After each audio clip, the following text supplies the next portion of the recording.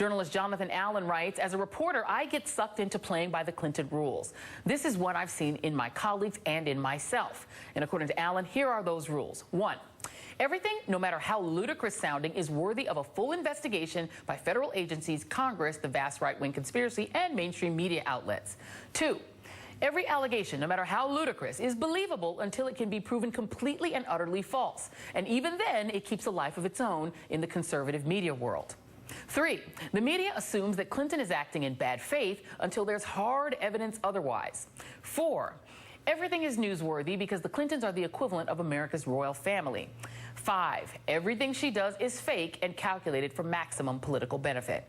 And joining me now is the author of that piece, journalist Jonathan Allen, head of content for Sidewire, and co-author of the book HRC, State Secrets and the Rebirth of Hillary Clinton. Backing up sort of your statement of the Hillary Clinton rules, that she's sort of guilty until proven innocent, and that those rules by implication don't apply to other people, think Donald Trump, Mediaite posted an analysis of how much cable news, us, covered Trump's pay-to-play versus Clinton's foundation story.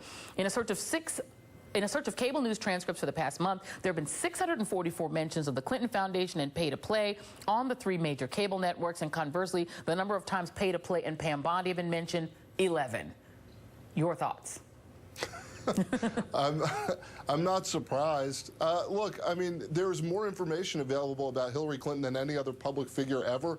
A lot of it required to be disclosed, some of it voluntarily disclosed, and reporters do what they can. They go look at that stuff, and they write as much as they possibly can about it and say, look, there's Part A and Part B, and they must equal Part D.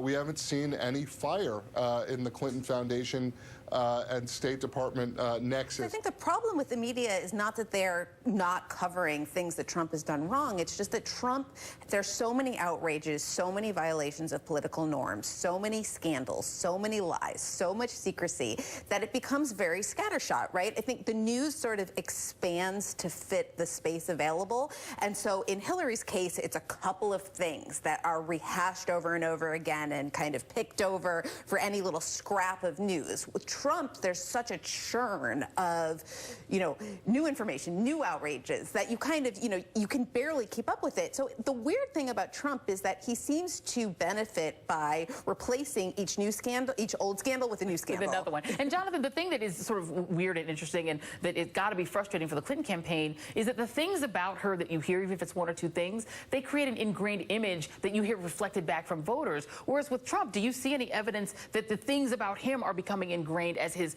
character in voters' minds? Well, I think we see with his honesty and approval ratings that he has also been hurt by a variety of things that he's said and done. So I don't think Donald Trump is getting off scot-free, as it were. But look, the biggest prize in journalism is the takedown of the Clinton empire, right? And so reporters are going to go after that. Editors are going to go after that. There's an incentive to do it. It sells. And as a result, they have a tendency to then have a sort of connection of interests, I think, with the Republican candidate here of going after Clinton and amplifying each other. And I think that's sort of provably true, right? That there is this sort of connection of interest. You have groups like Larry Klayman's Judicial Watch that will keep feeding this beast forever. Can Hillary Clinton, counteract that by letting reporters on her plane and traveling with them? I think a little bit. I mean, again, because like I said, I think that the news expands to fit the space available, and the fact that she doesn't give people anything new ever, and do you see any Trump rules developing, very briefly, Jonathan?